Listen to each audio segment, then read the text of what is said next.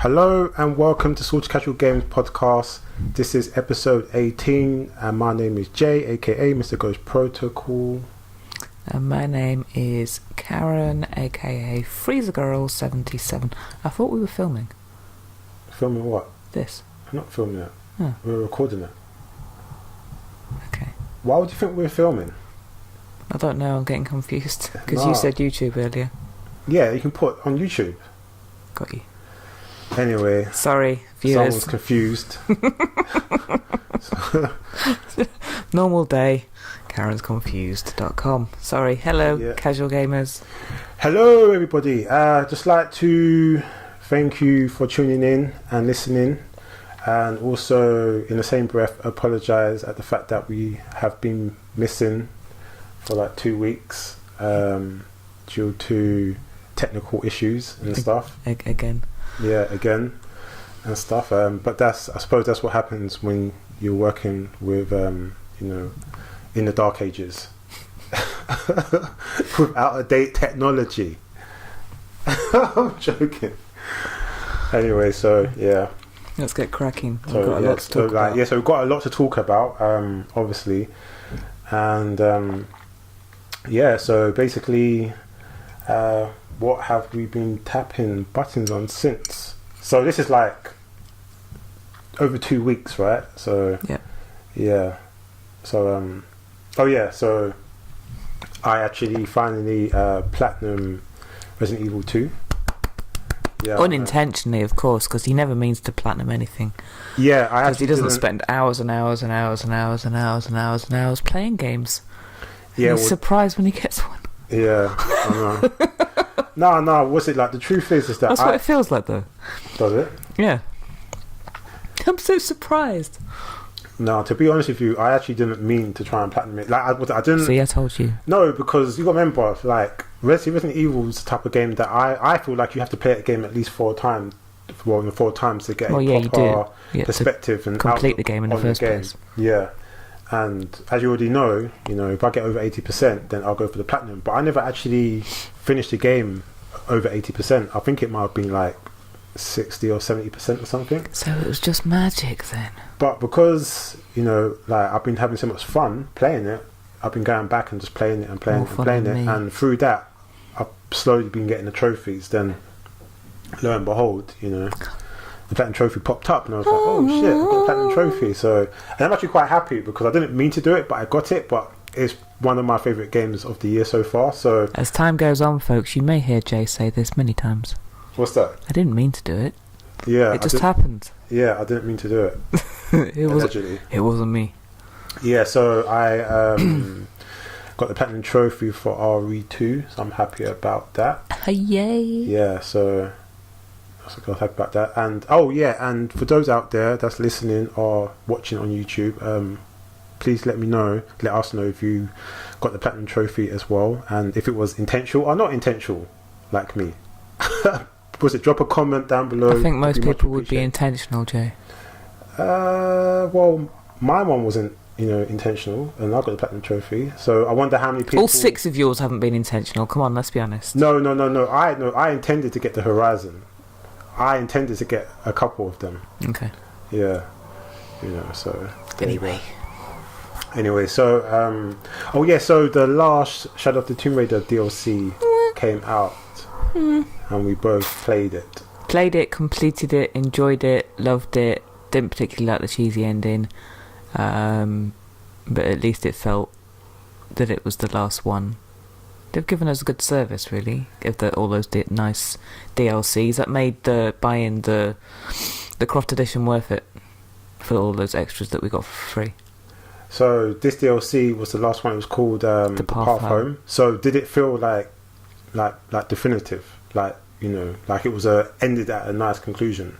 It did, but it also craftily just left it open for more. What, more DLC? More games. I don't think for 1 minute that Square Enix will drop Tomb Raider. Nah, I don't think they will either. Something will come, I think, but I think it's going to be a hefty wait. Yeah. 5, 5+ years. 5+ years. I would say so. Unless they've got some sort of concept in mind already, but... Yeah, like, to be honest with you, I actually thought this one was probably, if not the best one out of the 7, one of the best ones. Yeah, I enjoyed it. I definitely enjoyed it quite a lot. It actually felt a little bit longer as well, and probably felt a bit more polished in a way, you know, in terms of like the storytelling. I don't know, maybe it's because it's kind of like an amalgamation of the game and the DLC as well. The fact that Jonah and what's that girl's name? The one that he likes. I can't remember the name, but the girl he likes, where they actually, like, it appears like they actually are together, you know. Yeah, so it seems like it's a bit further into the future. Yeah, so Lara's still just, you know, kicking it in the yeah area. So in the game, you know, Jonah meets one girl and it's kind of like hinted that they like each other, but in the beginning of the DLC it kind of like, you know, indicates together. Yeah, kind of shows that they, you know, like each other and they've probably been hanging out or something. And by the end of it, it's pretty much like they're together, you know, officially. So I like that. The only thing I thought that was a bit... Oh yeah, so for those that might not be aware, there's it might be a little bit of so was it some spoilers. So if you don't want to listen to it, then you can just fast forward a little bit. Forgot about that. Yeah, so basically, the only thing I don't really like about this DLC was the fact that the way it kind of like ended, to be honest with you. Like, it didn't really feel conclusive to me and stuff, and it didn't feel like... It's kind of like how the film ended.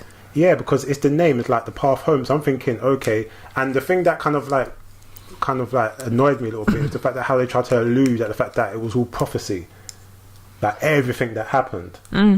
You know, like, had her name on scriptures and stuff, and it was and Lara Croft was actually prophesied to go there and do what she was meant to do, and it's like, really? You know what I'm saying? So, well, apparently so, like, yes. Like, by name, you know, like, it's not, you know, was it someone from a different lands will come over and save the world? It's, they mentioned her by name, and it's like, I don't think so, you know. So, yeah. A little bit silly, but, you know. So I felt that was a bit like cheesy and corny, but other than that, yeah, I really enjoyed it and stuff. I might go back to it again at some point, but yeah, what's it? Cause and just go and, you know, play around and collect stuff, and because there's still stuff that I haven't collected. Oh really? Yeah, plenty of stuff. What, in the actual game or the DLC? The game. Oh, okay. Oh, yeah. Well, I pretty much got everything in the game. What a surprise! And I'm literally like one playthrough to get a platinum trophy, but I'm not doing it because I just don't have the patience. Because the man is scared. Yeah, so I can't bother with that. Anyway, so so what else have you been playing? A little game called Days Gone. Yes, a little game called Days Gone. So basically, this is gonna be like our first impression. Obviously, I know the game's been out for quite a while already. But yeah, so this is going to be our first impressions. It might be filled with a little bit of spoilers. I can't really spoil it because I'm a bit further than my partner in crime. So obviously I'm not going to spoil it. But for those who haven't already purchased the game and thinking about getting the game, you know... listen to what we've got to say, because there's an awful lot to listen to on this game, and it all depends on who you listen to. It will depend on whether... you probably purchase it or not. Yes, definitely. We've got a lot to talk about. What I will say, we will try not to spoil it, but there might be some minor spoilers in it. But I'm going to try not to spoil it anyway, because, well, technically I can't, because as I said, I'm further in the game than you, ain't I? I will kill him. Alright then, so like... yeah. Alright, so give us your first impressions, you know, of the game so far, because obviously, you know, you started the game before me, but I'm actually further in the game because I had a bit more time to play it. You always have more time than I do to play it. Yeah, and it's senseless me trying to keep up with you. Yeah, you know, like, just to say, we both got the collector's edition, which is amazing. Which I'm really happy about that. So yeah. So and one more thing I will say is that. Our opinions might differ a little bit, but mainly to do with the patches, because there's been patches for the game. Yeah, and also Jay's got a pro and I don't. Yeah, and I've got a pro, and Freezergirl doesn't have a pro, and there's been quite a few patches as well. So therefore, certain things that I might have experienced, Karen might not have experienced it. So yeah. Anyway, so go on. So what's your impressions of the game so far? First impressions are graphics are good. I'm gonna go with the good stuff first. Okay. Graphics are good. Story seems, from what I've got through so far, seems quite good. Potentially, you'll confirm this, it is quite lengthy. It appears. Yeah, but do you feel like it's quite lengthy so far when you're playing it? Yeah, because there's multiple. At any one time, you're working on multiple storylines. It seems like when you complete a mission, like it comes up with all of the you've completed. Yeah. So yeah, it's definitely it's a very big world. Yeah. And it's even bigger as well. Yeah, I'm sure it is. Yeah. I like the character Deacon. I like his partner in crime that he talks to on the radio. Obviously, as I go along the game, there's probably going to be a lot more people that I'm going to meet. Yeah. The freakers are pretty cool. I personally haven't dealt with a horde yet. Oh, you haven't? No, somehow. Wait. So you're as far as you are, but you haven't come across a horde yet? No. Okay. Or if I have, I've managed to dash through them and not do anything with it. I don't know, but I haven't. No, but you would know because they are literally, there are just hundreds of them, and they literally look like World War Z. Maybe it's because I'm playing on easy. No, but maybe the amount of hordes is different on easy. I don't know. I've done the nests, and I've done a few of the storylines where you have to knock people off their bikes. I can't. It is kind of cool, riding around on the bike. It's got a very, I guess the vibe for the game for me, which is what I've said to you, is it's got a very Last of Us feel about it. The world of the apocalyptic world of something's gone horribly wrong. Most of the entire human race has been wiped out, apart from drifters and people like Deke, who are left trying to just live. Yeah. Really, because it's not a world I want to live in. It's I suppose you could liken it to Walking Dead. It's got that vibe as well, but the play style is. It took me probably a couple of goes to get used to it with the wheel that you have to craft your bandages and your Molotov cocktails and your spiked bats and swapping between your weapons is not necessarily. Yeah. It's something that comes naturally. Yeah, it's a very different type style of control to say like Horizon Zero Dawn. Although in some of the ways it feels like they've taken some inspiration from Horizon in terms of all of the mad collecting that you've got to do to craft shit and I don't mind doing that. I'm really enjoying the game. There's it's just the controls are the controls. They are like if you play an Uncharted game, for instance.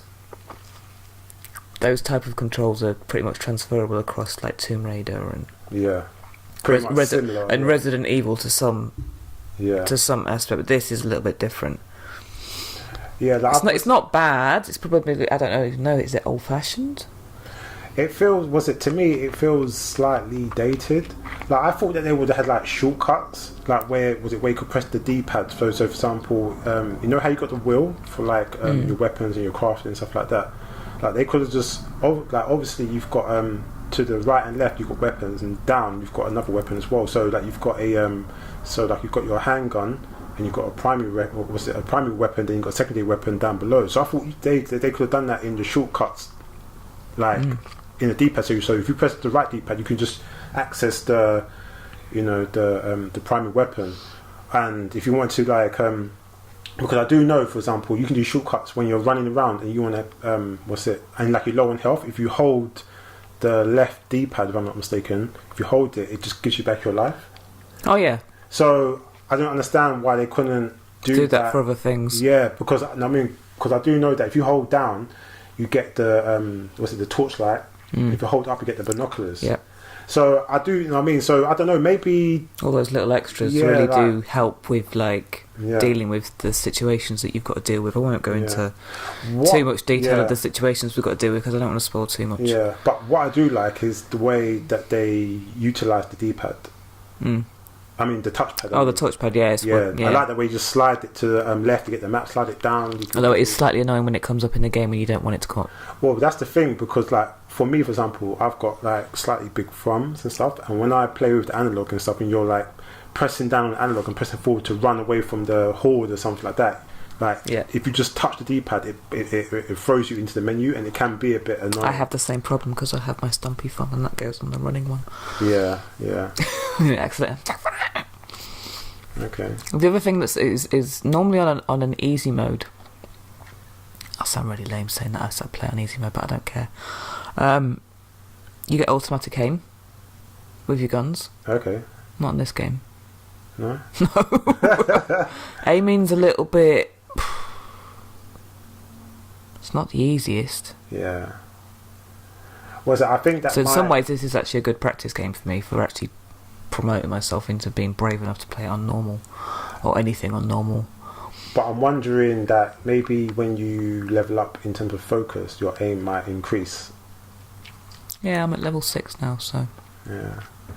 But personally, when the game came out, it was cool. There was a major update on day 1, which I think was 18 gigs, which is quite a massive update. Yeah. That was kind of cool. I personally hadn't at that point seen any issues, no glitches, nothing really, anything that anyone else had reported. Yeah. And then I think there was 1.5, and then a 1.6, but then I think they retracted the 1.6, and then eventually there was a 1.7, because I think 1 in 6 PlayStation Pros was reporting that it was crashing. Yeah. And I think that includes Robin Games. I think he had a major crash. Yeah, it's not good. It's definitely not good. I personally haven't seen any glitches or any crashes.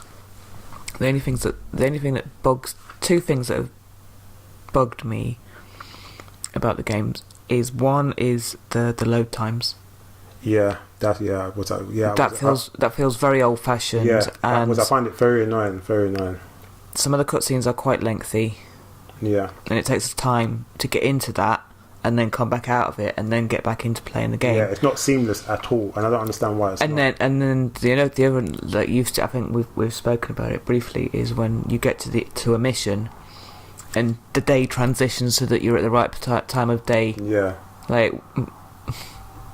What's the point in that? Yeah, because like, whilst you're travelling to the end, can't you, like, if it needs to be night and you're travelling during the day, you could transition whilst you're riding, and then the transition doesn't happen. What that tells me at the end. But what that tells me that's not particularly in-game cutscenes. Because if it was like 100% in-game cutscenes, I think what would happen is... No, I'm talking about like when you've get to a mission. And there's a lot of them. Yeah, I know exactly what you mean. So what I'm saying is that if it was like going to missions or in-game cutscenes or whatever it was, it would do it whether it was night or day, unless it was something that was like had to be down to the story, so it had to be nighttime for example, you know what I mean, like, because I know, for example, there's big like Horizon Zero Dawn, like when you do certain cutscenes, it's in-game cutscenes in like in terms of the story, so no matter what you're wearing, that's in the cutscene. Yeah. You know what I'm saying? And that's seamless. The one thing I will say is that I do think the load times are very very extensive.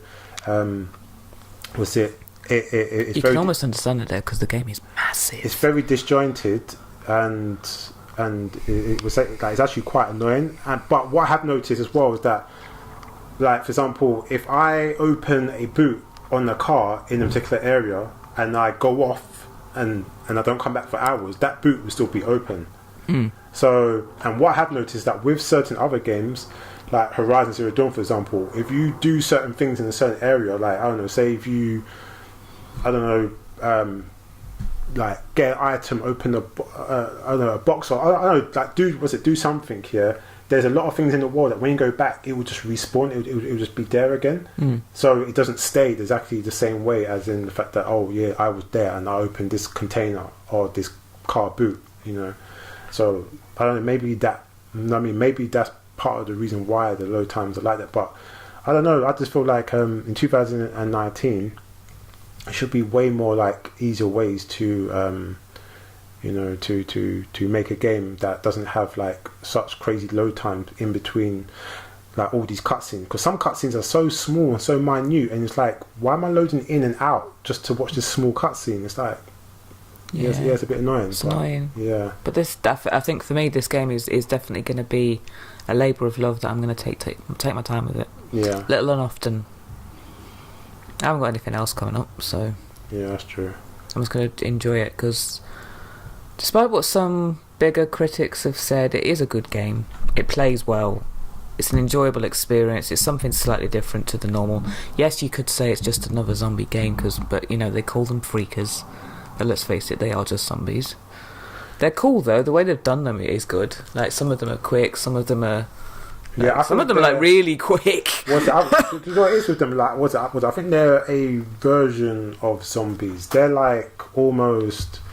Zombies are more mindless creatures. They just roam around. They don't. I mean, they might like jog. But they're not running at you. They're not. Well, these run. I mean, yeah, that's what I'm saying. So I think these are kind of like, I don't know, maybe you could say they're part of the zombie family, but I wouldn't exactly call them zombies. But you can definitely say that, yeah, they, like, if you want to be like, you know. And then let's not even start on the wolves and the shit that like jump out at you. Yeah. And random things and like take you off your back. And the snipers. Fuck me, the snipers. Yeah. I don't even know how to handle that situation. I just die. Really? Oh shit. What am I supposed to do when there's a sniper up in a tree somewhere and I'm like, he's shot me, and like any move I make, I'm out on an open road. What am I supposed to do? Yeah, go hide go hide behind something and shoot him with a sniper rifle. I don't have a sniper rifle. Then run up close to the tree and shoot him at the tree. I ain't got time for that. Anyway, so that's the other annoying thing. 3 buttons to shoot something from your bike. Yeah, the way that's a bit much. Yeah, that's really annoying. Like, just put an automatic aim. Like, if something comes into your proximity, and just make it real easy. I'm driving a damn bike. Yeah. You think I want to be pressing 3 extra buttons to shoot something? It's more the control scheme. It's the fact that you like you hold the acceleration button with R2, and normally you would shoot with R1. But when you're when you're doing the direction and you've got to like shoot, it's like you've got to switch your hands almost, like your fingers, to. It's like really, really awkward. It is very really awkward. So really fix that, please, Sony Ben, because that's really fucking annoying. But other than that, yeah, like I said, I'm just going to little and often keep playing it. It may take me to the end of the year the rate I'm going, but I don't care. I just want to enjoy playing it. Okay. And give it I think I would say, don't listen to the naysayers. Go buy it. It's the number 1 in the UK right now, so that tells you something. Yeah. Some people, especially in our country, little island, we like it. What did it outsell? Was it outsold something, didn't it? That came out. Yeah, Mortal Kombat? Yeah, Mortal Kombat is a big game. So the fact that it's outsold, that tells you everything you need to know. Exactly. So, sales don't lie. You got to remember that the Mortal Kombat is multi-platform, where this is just on PlayStation. Yeah, this is PlayStation exclusive. So well done, Sony Ben. I'm proud. I'm happy to play the game. I'll give you an 8.5 out of 10. That's how much I enjoy it. Yeah, but you haven't finished it. How can you give it a score? Because that's just a first impression score. No, the first impression is that it's a first impression score. Okay, well, subject to change. Okay. Terms and conditions apply. Okay. Well, let me give my opinions. And I want a first impression score from yourself as well. Then cool. So, obviously, the only other game that I've played of Sony Ben was Uncharted Golden Abyss. I haven't finished it. That was on the Vita, wasn't it? Yeah, that's on the Vita. I didn't rate that, I'm sorry. Yeah, I know you didn't particularly rate that. But that's only because you've only played Uncharted since Uncharted 4, right? Yeah. Yeah, so I mean, I have gone back and played 3, and I don't think I didn't do 1 and 2 in the end, did I? so it you was just going played back 3, too 4. far. Yeah. Okay, well, Golden Abyss feels more like Uncharted 2. So if you haven't played Uncharted 2, and like you're not used to the control schemes and the way it's not that I'm not feels, familiar with the game because I've seen it and I just haven't played it myself. Yeah, I know, but I'm just saying that, you know, if you're not used to that, then you're probably a bit more likely to not like the Golden Abyss, because it does feel a little bit dated. But if you've played like Uncharted 1, Uncharted 2, then you're kind of used to it. You kind of know what to expect. So I understand why some people don't like it, and I get why you probably don't like it either. But yeah, that kind of relates to, in terms of like the datedness of Days Gone, like with certain things that they've done in the game in terms of like the mechanics and stuff. Like, yes, it's not as polished a game as say Horizon or. Well, this is the thing. Like but they've done a bloody good job considering they are a considerably smaller studio. Yeah, well, that's one thing you got to think about as well, and give credit at the fact that they are a really small studio. But at the same time, they've had a hell of a long time to make this game. But it is make or break for them, because if this isn't successful, then there is the potential for Sony to just say. Yeah, well, Sony has goodbye, because it's not as if they haven't done that in the past. Well, exactly, because they have let go quite a few of their studios, you know. But so anyway, so my very first experience was Uncharted Golden Abyss, which I'm kind of I'm enjoying, but I'm playing other games right now. Days Gone, obviously, so I haven't really had a chance to really play it properly. But what I've played of Uncharted Golden Abyss, it's cool. Like, the look and the feel of this game for me feels like a cross between The Last of Us, Horizon Zero Dawn in terms of open world, a bit of Tomb Raider. Like, I feel like this game has got a lot of mechanics from a lot of games that I actually like and enjoy. Yeah. And they've taken like quite a few of these mechanics, but they haven't really. The way I feel is that they've taken the mechanics, but they haven't haven't made them better than where they've taken them from. If you get what I mean. Yeah. And to be honest with you, I actually do think that some of them are actually not even as good as where they've taken them from as well. Like some of the features and some of the mechanics. So, but at the same time, it gives it that familiar feel. If you've played like any of these games, you've played Tomb Raider, you've played Last of Us, if you've played Horizon Zero Dawn, if you it's a very. And if you love zombie games, or you love zombie films, or like you're a big fan of World War Z, then this is probably going to be a game for you. And this is part of the reason why I was quite drawn to this game. Or even Sons of Anarchy, if you like. Yeah, and Sons of Anarchy as well, definitely. Sons of Anarchy as well. Like, Deep's definitely part of a crew. Yeah, definitely. So that's what I mean. So it's all these elements that that drew me to this game to begin with. And it definitely has that in the game. I think I like Deacon. I think the actor that plays Deacon, Sam Whitworth. What was his name? Whitworth, yeah. Yeah, he's done a good job. Yeah, he's done a good job. It'd be nice to see if he wins something or. Yeah, like he's definitely done a good job. I quite like him anyway. So I like the character of Deacon. I like Deacon's best friend? Boozer. Yeah, Boozer, what his name is. I think he's quite cool. I think graphically, I would say so far, I will probably say 85% of the time the graphics are on point. They are on point. You've had a few issues though, haven't you? Yeah, you? well, this is the thing as well, because for the first maybe, I don't know, for the first 3 hours maybe of playing the game, I didn't really experience any issues. So when I was hearing, like reviews or people saying, like there's a lot of bugs in the game and stuff like that, just like yourself, I didn't experience them, but I started to experience them a bit later. Not as much, and it wasn't as bad, but I was seeing certain issues, like when you're, on your bike, right, you're riding your bike, how like things would just, like render in, like just pop up at like literally out of nowhere. Not to the point where I'm crashing into it, but it will just be popping up. I haven't experienced that at all. When we had that? Was it the 1.5 update? Was it 1.5? No, the 1.6 that went skew-whiff. I never got it. No. They did put out a 1.6, but they rescinded it. Yeah, well, okay, but there was 1.5 before that. It's been free so far. So the first one. So after the first update, they said it was because one of the issues I was having with the game is that the voice audio the syncing out of sync with the with the lip sync from the characters and stuff like that, and that's what I think the 1.5 was mainly meant to fix, and other things as well.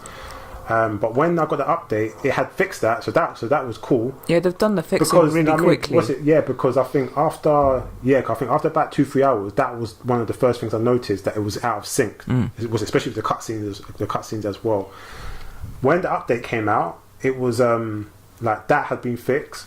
But what I started noticing that was when I was like riding around, I would see like objects or cars not rendered. So I'm not talking about where they're popping into the screen like they're rendering in. I'm talking about where they're there, but they just wasn't rendered.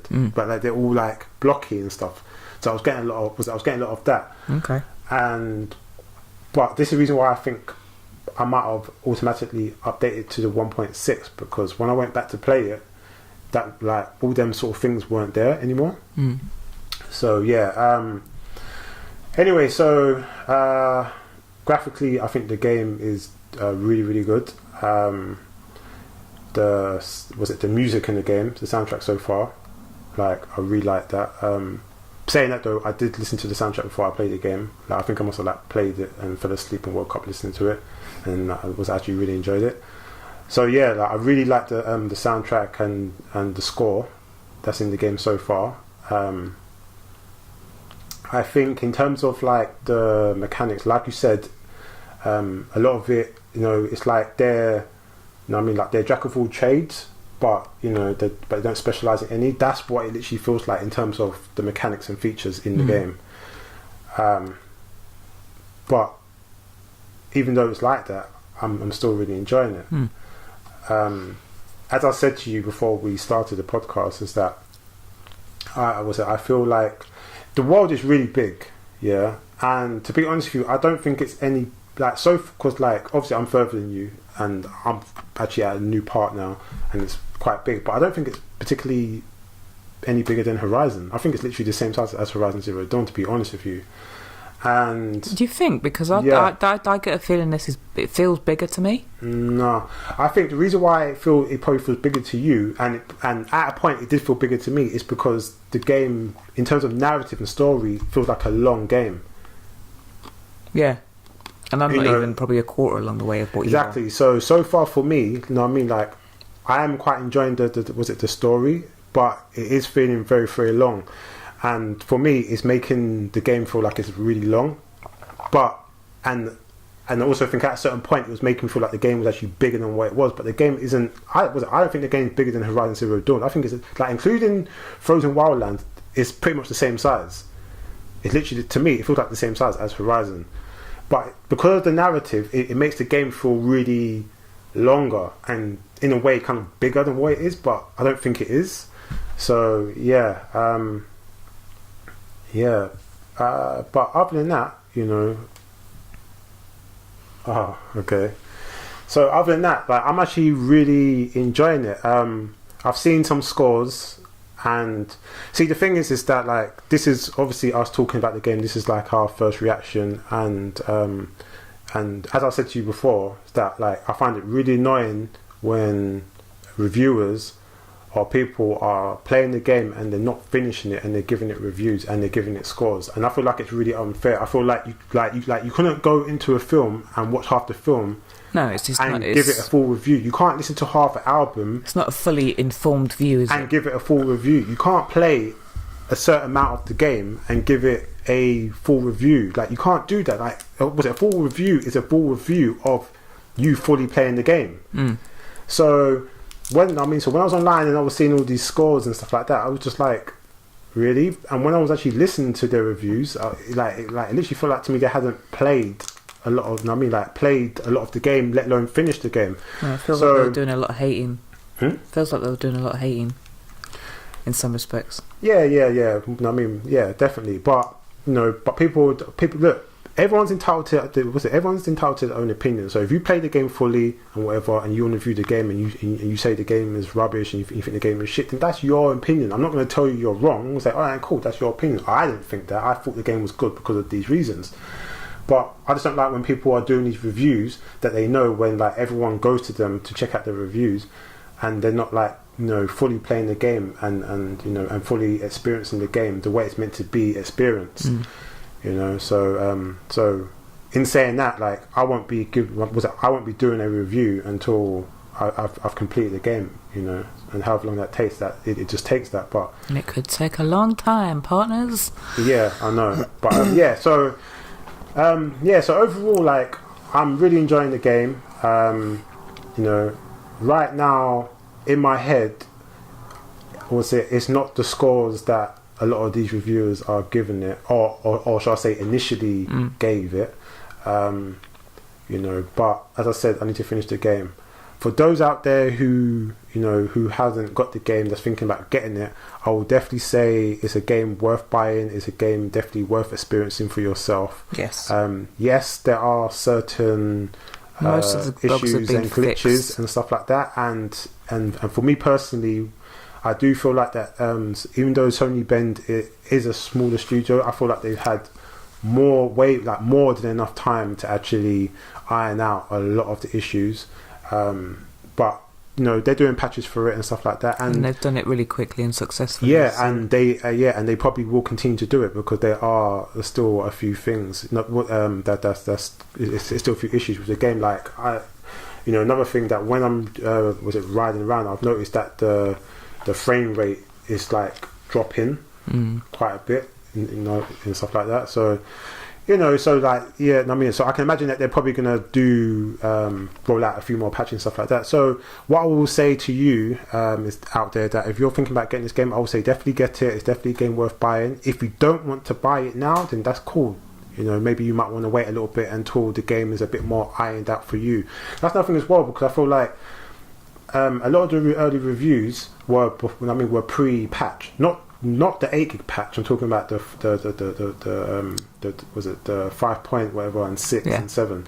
So I think depending on, it's even more unfair. Yeah, I know. So like depending on when you've played it, like will depend on you're probably going to get different reactions from it in terms of certain things, which is definitely first impressions and stuff. So that might be a reason why a lot of people are giving it such low scores to begin with and stuff. Every game has got a bug when it launches, pretty much. So it's standard fare. But have you played Days Gone, our dear viewers out there, or dear listeners, should I say? Sorry. Let us know what you think. What your thoughts are. You thinking of buying it? Let us know what you think. Yes, do that. Anyway, so that is it for what we have been playing. Quite a lengthy discussion now. Yeah, it was, but it was definitely worth it though. Definitely worth it.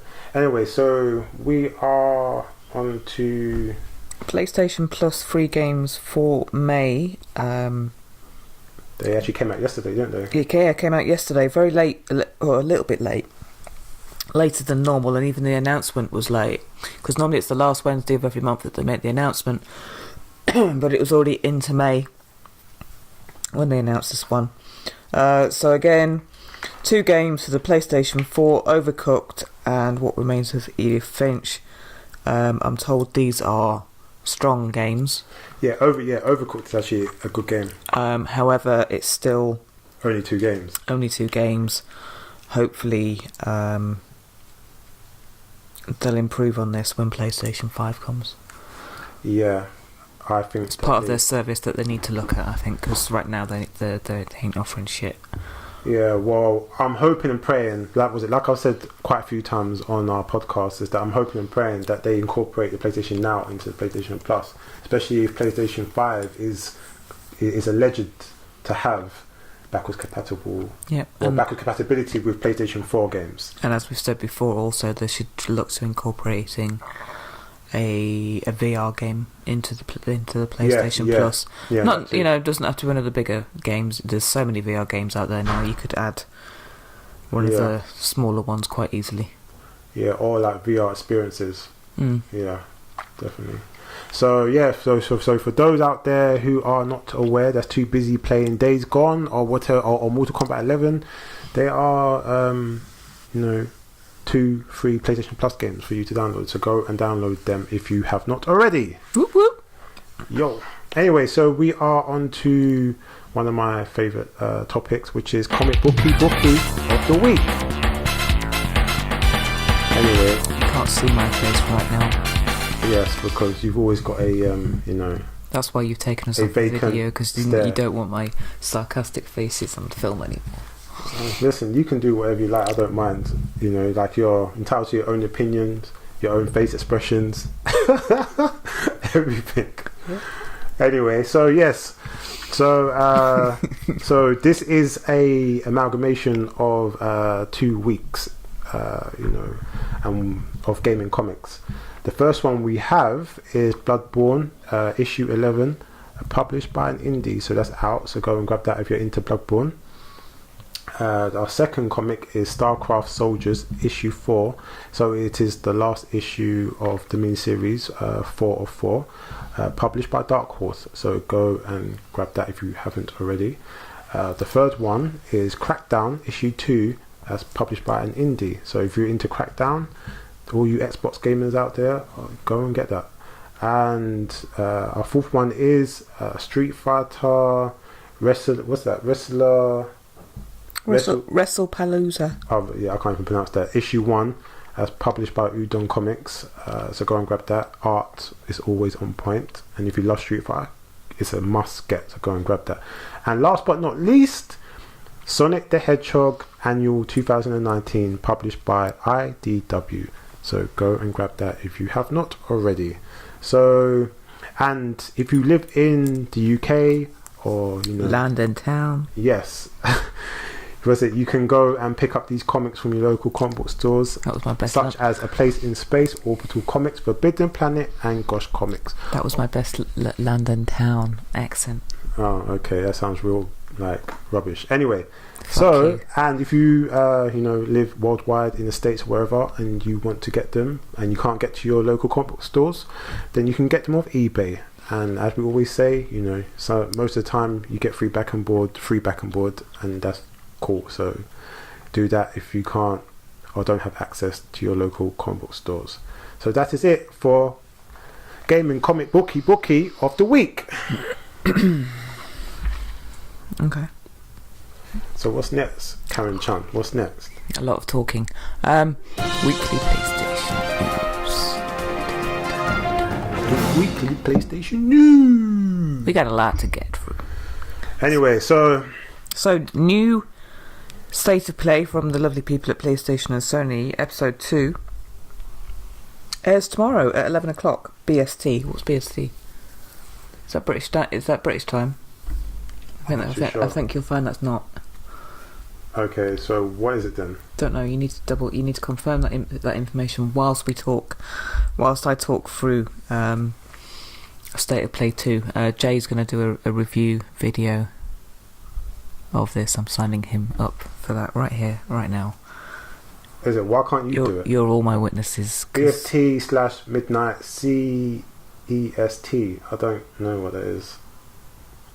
For those out there that know what that is, could you please tell us, please? Just Google it. Oh, my internet's really slow today. Okay. Well, I've got the thing.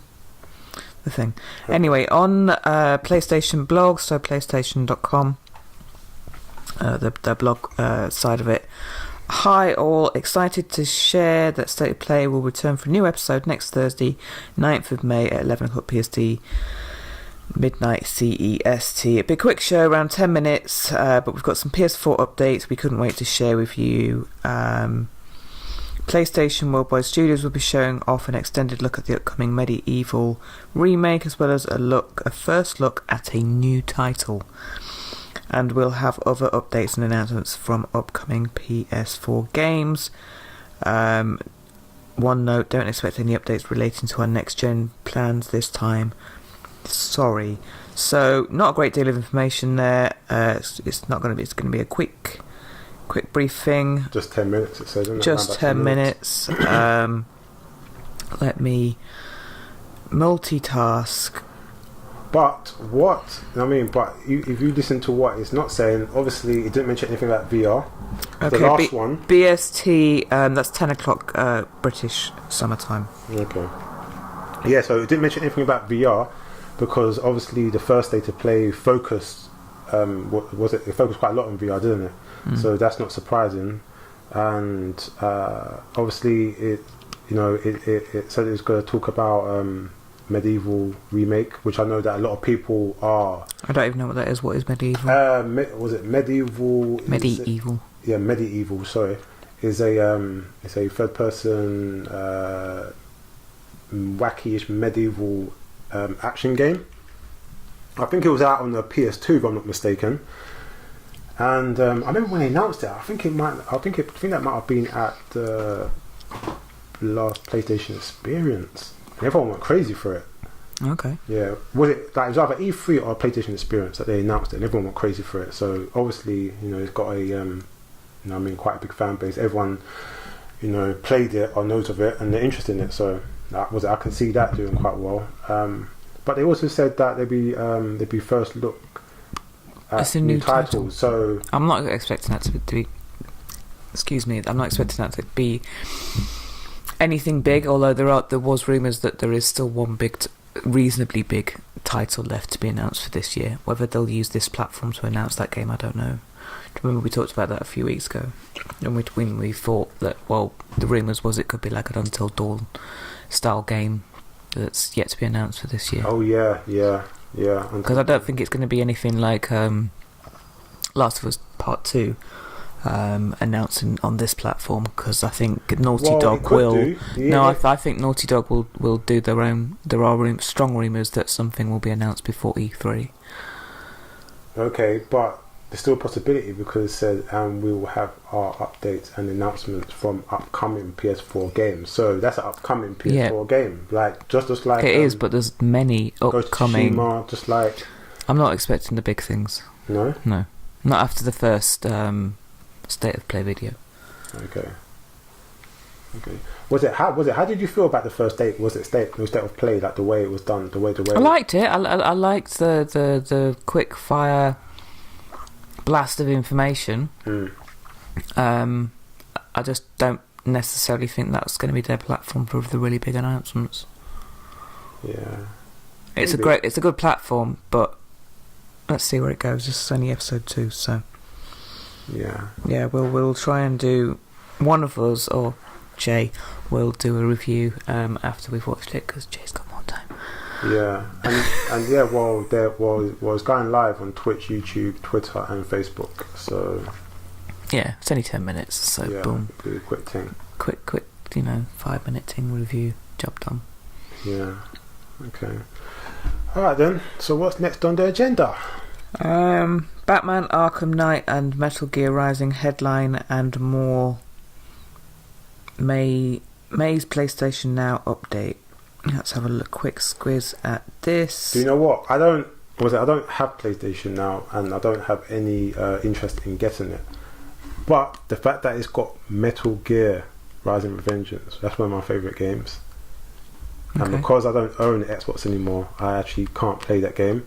So yeah, the two are the latest batch of games joining the PlayStation Now service. Is it? Okay, but isn't there a list of games new games that's going to be joining it this month? There's a full list of new additions available to play from today.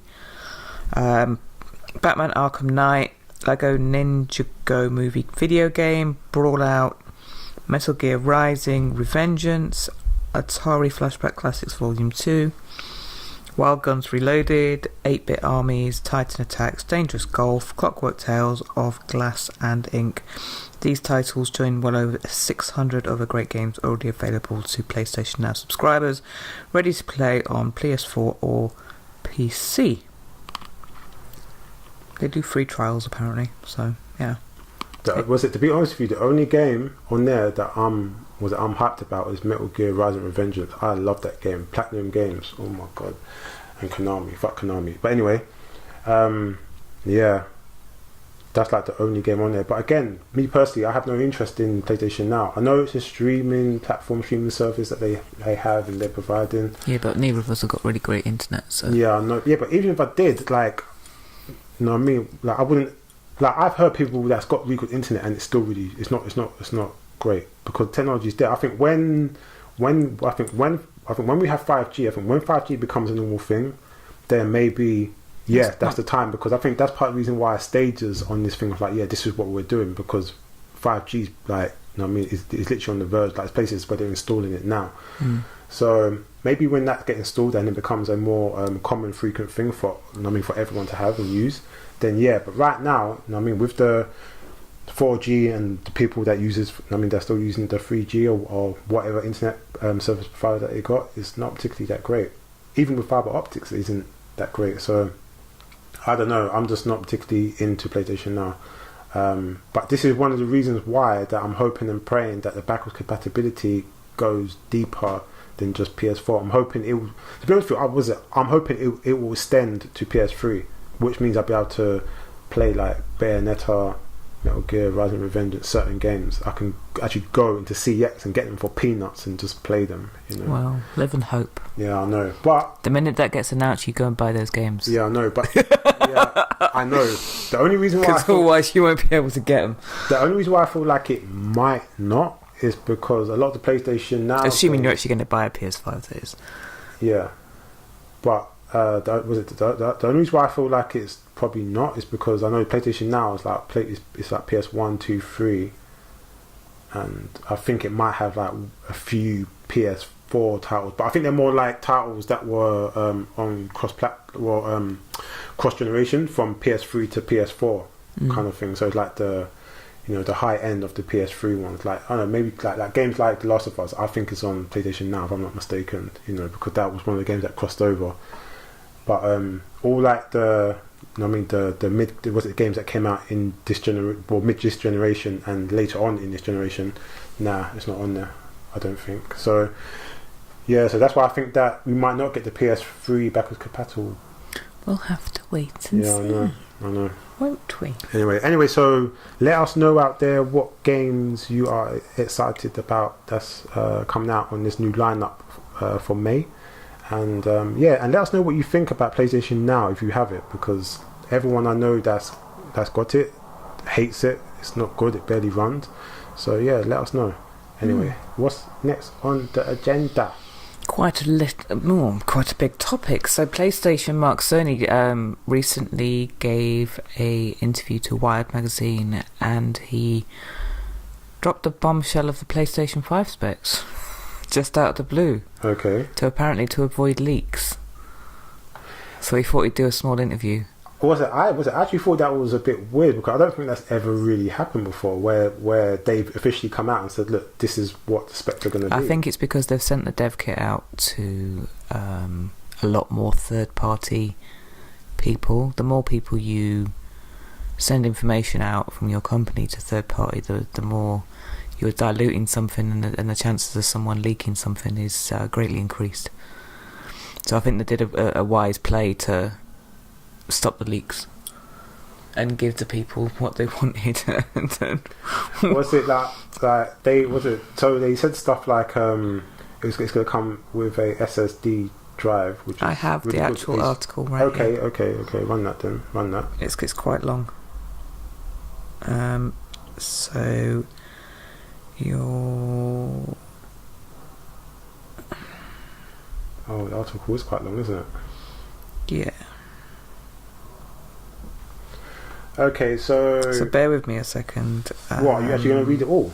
Not all of it, no. I'm trying to, because I can read quite quickly. The next gen console, as Mark Cerny refers to it repeatedly, won't be landing in stores anytime in 2019, and I think from more recent rumours that I've heard about the release for this, it's going to be late 2020. Late 2020. Yeah. Which is cool. A number of studios have been working with it though, and Sony recently accelerated its deployment of the dev kits so that game creators will have the time they need to develop games specifically for the PS5.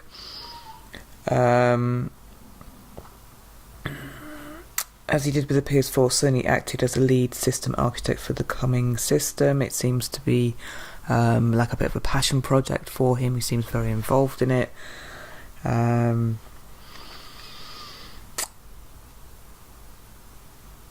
They've included a few foundational adjustments. The console's CPU and GPU becomes more powerful, able to deliver previously unattainable graphical fidelity and visual effects. System memory increases in size and speed, and gamefly's growth to match, necessitating larger downloads or high-capacity physical media like discs. PlayStation's next-generation console kicks all of those boxes, starting with an AMD chip at the heart of the device. The CPU is based on the third generation of AMD's Ryzen line. They're apparently very happy to be providing that graphic chip for PlayStation. They're very proud of it. Yeah, it contains 8 cores. 7nmz2, that's gobbledygook. Yeah, I don't really know a lot about stuff like this, but yeah. Got some high-end processors in there. The other big thing about this machine, the AMD chip also includes a custom unit for 3D audio, which Sony thinks will redefine what sound can do in a video game. So I think if you've got the wonderful headsets that we've got, there may be some more immersive experiences coming with a PlayStation 5 when it comes, because I think it's aimed at that 3D audio, isn't it? At the headset.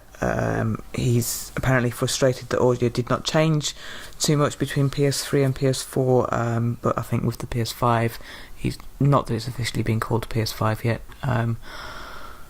He's hoping to make a difference.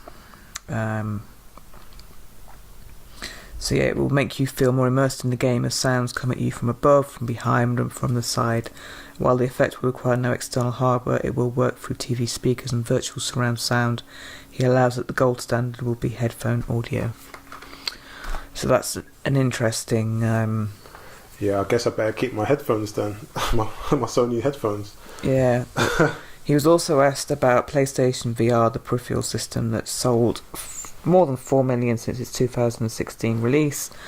Specifically, Wired asked if there would be a next-gen PSVR to go alongside this next console. He wouldn't go into the details of the VR strategy on that day, other than to say that it's very important to them, and the current PSVR will be compatible with the PS5. Was it? Hasn't there been like some leaked patent of a wireless one? Wireless one. Yeah, but there's no confirmation that will be the one. That I think that won't be released with PS5. Yeah, but probably, but it could be like the third generation, because it looked the same, but just wireless. So that could be the third generation, like for the PS5, probably like midway through their cycle. That'd be quite cool. The larger a game gets, last year's Red Dead 2 clocked in at a horse-choking 99 gig for the PlayStation 4. That's a massive game. Because it's 2 discs. The longer it takes to do just about anything, loading screens can last minutes while the game pulls what it needs from the hard drive. Same goes for fast travel when characters transfer between far-flung points within game world. Even opening a door can take over a minute depending on what's the other side and how much more data the game needs to load. Starting in the fall of 2015, when Sony first began talking to developers about what they'd want from the next generation, he heard it time and time again. I know it's impossible, but can we have an SSD? Yeah. Now, well, SSD hard drives are expensive. To me and you, SSD stands for solid state drive. So basically, there's no moving parts inside. All right. Well, I'm just saying. I told you that anyway. No, Shane told me that. Anyway, yes, a normal hard drive has moving parts in it. Yeah. A solid state has no moving parts, as Jay has just kindly pointed out. Which means that it doesn't need to load up anything from the disc. It's just yeah. So those fast travel things, loading times. Be interesting to play Days Gone on a PS5. Yeah. Should in theory improve all of those things. Yeah, but like they're expensive though. Like all these things are great, but it makes me wonder how much like this thing's gonna cost. Because because they can't price it no more than like £500, because they're gonna have serious problems if they even think that they can even bring it out for more. Especially when they say things like the SSD that's been built for the PlayStation 5 is very specialised. And that has to at least be a terabyte. They can't do this 500 bullshit like they was doing before. It has to be at least a terabyte. A terabyte has to be the standard now, and that ain't even anything these days. But the biggest improvement will be time, loading times, and fast travel. It will clear all of that up. Yeah, I know, but well, that is one of the most important things. But in terms of the consumers, like us, it's the price, and we both know that SSD, hard drives, are not cheap, and the size of these games are not going to be small. And if they're going to be specialized SSD hard drives as well, what does that mean? What, we have to go to Sony just to get them? Are they going to try and do what they did with the Vita, like with the little memory cards where you can only get through them, like, and they make it expensive? So my point is that if that's the case, and games are going to be games are going to be bigger. Games are going to go up. Like games are big already, and they're going to be even bigger, especially with all the new specs. And the game prices will go up. Without a doubt. Yeah, so exactly. So is a 1 terabyte hard drive even going to be enough? Is it going to have to be a 2 terabyte hard drive? And if that is the case, how much is that alone going to cost? Because we know solid state hard drives are fucking expensive. Yeah, but they'll have a good deal with someone because they're Sony. And it also supports 8K graphics. Not that 4K's even really gotten off the ground. Apparently, you can't even buy 1080p TVs anymore. Okay. So if there ain't a thing now, give it probably midway through this PS5 generation, there might actually become a thing. 4K. I don't know about 8K. I don't know. I just think they should just focus on 4K, 60 frames per second. But anyway, sorry, go on. Yeah. It still accepts physical media. It won't just be a download-only machine, which I'm quite happy about. He has got the backwards compatibility, but he's only confirmed it as being PS4 so far. Yeah. So we'll have to wait and see. The big thing really is the SSD. That's going to make a big difference. Oh shit! I can't believe that. Shut up. And I believe he's come out since and said that the price point will be fair. Yeah, but what is fair to them? You know what I'm saying? The price of gaming, the games. I think what they'll do is they will put the PlayStation 5. Like again, I keep saying it's not been confirmed as being called PS5. Yeah, that's what everyone else is calling it. They can put. Most people in the US are saying $500 price point. Whoa! I think what you can do is maybe bring that down a little bit and offset it with the increase on price on games.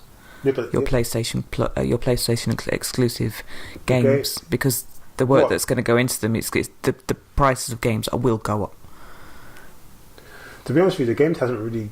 To be honest, they haven't really moved that much in the last few years. No. So I think with this next gen, it's to be expected that the games themselves will go up to probably about 60. To be honest, well, I think 60 quid is going to be a new price point for a game. Yeah, but that's pretty much how much some of the games are now anyway. They're like between 50 or 40. I've never seen anything 60. Over 60. But I think that's coming. The only thing I've seen over the only thing I've seen like 60 or remotely over 60 is like not collector's edition but like limited edition kind of things where you get but I think like more with like the online games and stuff. Like so with Destiny, you get like a version where if you buy it and it costs £60-something, you can get extra skins, extra vehicles. Yeah, extra but I'm saying your standard game will go up. Not no deluxe editions. God knows how much all that stuff's going to cost in the future. Probably, maybe. But yeah, but to be honest with you, for the past 2 generations, like the price point for the games have like pretty much stayed the same. Mm. You know, through the 360 and the PS3 to PS4.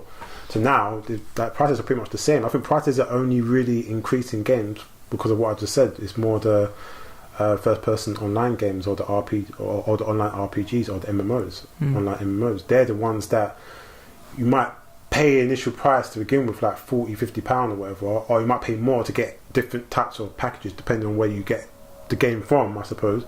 Then you'll continue then when you've got the game, you're paying for it more because more stuff comes out for it.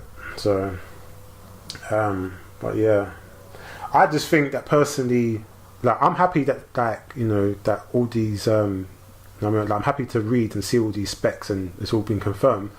But like I said, I'm just concerned with the price point. I just think to myself that, like, I think we'll get. If Sony takes that arrogant stance that they took with PS3, I don't think they will. No, I mean because back then the PS3 was actually a more powerful and better console than the 360, but it didn't mean shit because they had this arrogant attitude about it. Yeah, and I think they've learned from that. And the price for I think when the PS3 came out, I swear there was a time when that PS3 was like £600-700. There was like I remember there was like a 40 gig version and there was a 60 gig version, and I think the 40 at the time was I swear it was like 60, and the 60 gig might have been 6. I can't remember, but it wasn't cheap. I mean, when that machine first came out, that machine was not cheap. You know what I mean? That's why there was that's how come there's been so many different versions of the PS3, because they've had to downgrade the machine and do whatever that they did to it, because when it first came out it was just a stupid price point. You know what I mean? And to be honest with you, people generally, like, us, like common gamers, like the casual gamers and the casual, and the common people, in terms of what we earn isn't even much different to where it was back then. So I think to myself, I think that I think the max that this machine could ever be is £500. It can't be no more than £5. And if they got sense, because the PS4, the price point was £450 when it came out, wasn't it? Yeah, it was £450. Like, if they're smart about it and they're clever about it, it will be £450. But again, like, it makes you think how they going to afford to price it at £450 with all this stuff in it. Like the SD drive alone, the SSD drive alone is P. Yeah, I know. And they're going to have to at least... But it's a mega powerful machine. And they're going to have to at least put like a... To be honest with you, they're going to have to put like at least a terabyte and a half or 2 terabytes in it. I'll have to wait and see. So, I'm expecting like more updates in the next couple of months, I think. What? So are you like... So from reading these specs, are you like... are you excited? Are you... I'm intrigued. Okay, so what? So what piqued your interest? What, like the SSD? The SSD. Yeah. Just the loading time and stuff. It's a big thing, especially like because time travel and like fast travel and stuff.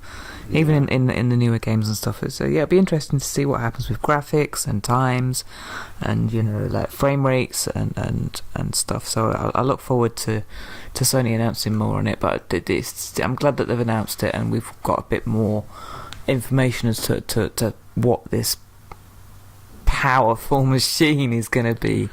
Do you know what was it like piqued my interest? What I'm actually quite excited about is the new 3D sound thing that they're talking about, but with the VR. That'd be cool. That'd be sick. Because when you got VR anyway, you got the headphones on, you kind of get that. That feeling as well. Maybe that's. But even they said that, like, the idea is. Yeah, but in terms of like the sound and what they could do with sound, like, he said it hasn't changed much from PS3 to PS4. So obviously, like, they got this new technology that they want to bring it into the PS5. That only makes me happy because it's going to make more games immersive. Especially, yeah, exactly. That seems to be the way that they want to go. Is for it to be a more immersive experience, and a quicker at the the touch of your fingertips type It'd be cool. I'm excited. Let's. I look forward to hearing more. To be quite honest. Okay then. So let's keep this rolling. So what's next on the agenda? That is on the back of PlayStation 5. I don't know how true this is. I think it's some stupid rumour. PS4 refresh before the end of the year, September, October. A super slim. Super slim. Yeah, I don't know why. So just make it a bit smaller. Slim. Edge those PS4 sales out to 100 mil because they've shipped, I think, 96.8. They announced the other day. Yeah, they want 100 mil. They want 100 mil. They'll get it before because if PS5 don't come out till the end of next year, you've still got another year and a half's worth of sales. Yeah, and the thing is that when they do stuff like this, it's because they're able to refine the hardware and the components to the point where they could make it really small. They always do it, you know what I mean? Yeah, of course they do, because you always start out with like one thing and then eventually everything. Yeah, because technology moves on, becomes cheaper and. Yeah, well, that's how you. That shows you how far technology's moved on. The fact that they could put the same power, give you the same experience in such a smaller box. So, you know, for those out there who don't own a PS4 that want to get one, it'd be a perfect time to get. But I thought the PS4 Slim was already slim as it's already. Like that's what you've got, right? Yep. Yeah. So I don't know. Like if they can make it smaller and slimmer, then then that's all good. It's all just about rinsing those extra pennies. For the PlayStation 4 sales, as far as I'm concerned. Final bit on weekly PlayStation news. Upload VR will do an expo at E3, so hopefully lots of news will come out for this platform. So it's interesting that they're giving VR its own platform. Was it in what? E3. PlayStation VR? No, it says Upload VR, so I'm not entirely sure what that is. So I think it's just VR in general is getting its own platform at E3. Okay. So I think, other games that we've seen that aren't necessarily going to be for PlayStation straight away will perhaps come. Oh, okay. Come what, like the Oculus Rift and which is, what I'm trying to lead into our next conversation. I can see that. Trying to be a little bit, sly and clever. Okay. All right. Well, let's move on to the next then. Yeah. So general gaming news. So we've already we've given our impression and thoughts on Days Gone, but already Sony Bend have announced that there is a free Days Gone DLC launching in June 2019. So literally next month, this world keeps coming for you with weekly challenges and survival difficulty mode, whatever that means. Did they say anything about adding New Game Plus or something? Because right now I don't think there's a new game. Was it New Game Plus on the game? They just right. The team at Sony Bend can't wait for players to test their luck against 3 difficulty modes that ship with the game on the 26th: easy, normal, or hard. You can expect a game that challenges your survival, 30+ hour golden path, and many more hours of open world hordes. Blah blah blah blah. So with the DLC in June, you get a whole new difficulty mode and new challenges each week. Okay. Are coming for all Days Gone owners with an active internet connection. Oh, okay. For free.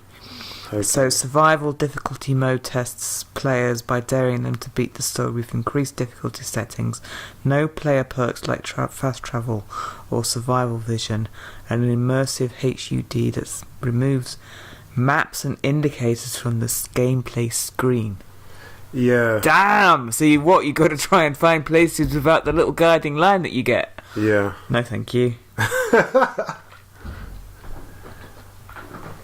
Yeah, well...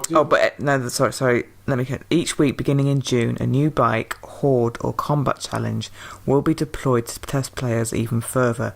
These challenges take key gameplay features of Days Gone and twist them into unique ways to earn additional items and rewards. But then they'll give us more information on the specific challenges down the road. Beating the survival difficulty and challenges won't be in vain. Players can earn new trophies and unique bike skins to show off in photo mode to prove that you're a bona fide Days Gone survivor. Okay. So that actually sounds interesting. It does sound interesting. Right now... Mainly point is it's free. Yeah, well, that's the main point. It's free, so that's good. We ain't going to get to it in June. Maybe not, but... no, you might. Well, maybe, but... Right now, like... I'm hoping I finish this game, like, relatively soon, so I can have, like, a bit of a break. Because if I finish the game come end of June and this DLC comes out, I'm gonna be like, you got tired. Weekly challenges coming in. I'm gonna be tired. I mean, I'm really gonna be really tired. Tired of playing this game, you know. And that isn't even a bad thing. It just means that I put all my energy into something, and that man needs a break, you know. So there's nothing to say that you have to play it straight away. I probably won't even play it till fucking next year. Well, I'm gonna have to if it's a weekly, monthly thing or whatever they're talking about. So you kind of. You know what I mean? That is the incentive to play it regularly. The only thing I will say is that by then I hope and pray that they've ironed out a lot of the bugs that are still in this game today. I'm sure they will. You know, because if they haven't, then fuck knows how this is gonna run. That's all I've got to say. But it's an interesting concept though. Yeah. So anyway, so those out there, if you're listening or you're watching on YouTube or listening on YouTube, should I say? Let us know if you are interested in the new Days Gone DLC that's coming out in June, and yeah, just let us know what you think about that. That's it. What's next, Kevin Chan? So it's been announced, it was announced a little while ago, back on the 20th of April, that there is a feature-length documentary called Raising Kratos coming out. It's a new behind-the-scenes look at the making of God of War. It'll premiere on YouTube. They've released a trailer for it. What is that? Is it premiere? So is it coming out on the PlayStation YouTube channel, or is it going to be the? Yes, PlayStation YouTube. Okay. It's coming very soon to PlayStation YouTube. It's an exploration, into the massive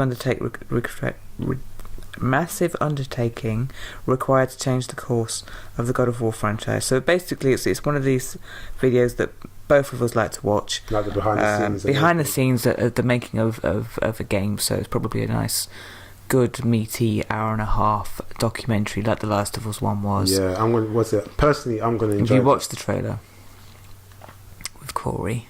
I'm trying to think. Have I?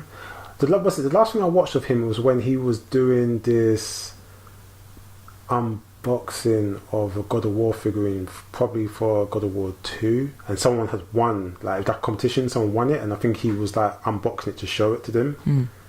Then someone's going to rebox it and send it to them and stuff. But other than that, I don't think I have. But yeah, but I'm definitely going to be watching this because you know me already, like, I love stuff like this.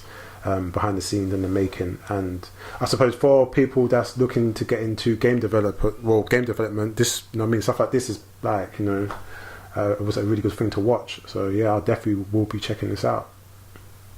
You know, and plus I love God of War. It's one of my favourite games. Yeah, I mean, I haven't played it, but I will still definitely watch it. Because I like watching stuff like that because it's interesting to me. Next up, Vader Immortal, a Star Wars VR series trailer. Discuss. No! He's upset because it looks like a great trailer, so that you would finally become a Jedi and you could play with your PlayStation Move sticks and you know, fly around your lightsaber. But unfortunately, it's not scheduled at this current time to come out on PlayStation VR. It's just for the Oculus. But annoying. I believe there are plans. The thing that pisses for me it off, to be for PlayStation, right? I don't know. I'm hoping and praying. Like, the thing is that I heard about this game. Like, even you've been talking about like a rumor. Yeah. Of this for what feels forever. Yeah, because even Ladji knows about it. Even Ro knows about it. You know what I'm saying? So it's been a rumor. I can see you lot like all in here with like pretending that you're playing with your lightsabers. Listen, yeah. Pause. That sounds really. Anyway, pause. Anyway, so you know what I mean? Like, you saw how it was when I was playing the Battlefront, Star Wars Battlefront. Yep. Like a little kid. Yeah, I only bought that dusty game. Yeah, actually, well, to be honest with you, the game's not actually that bad now I think about it. But anyway, because he's actually played. Actually, you know what? Yeah, I actually might get the season pass because it's on PlayStation Store for like £3. You spend your money however you want. So I'm tempted to get it. But anyway, because I was actually one that I was bored, and I thought, you know what, let me just go on and play Battlefront, but just play a normal game. And I was running around. I actually quite enjoyed it. It was quite fun. Mm-hmm. So I guess what the people were saying before was true. It's actually it's essentially a good game, but there was no story mode and all this play to win and these microtransaction fucked the game up. Anyway, but I bought that game from CX. Shout out to CX out there. Yeah, for CX. Just so I could play the VR, the X-Wing VR mission, and I love that shit.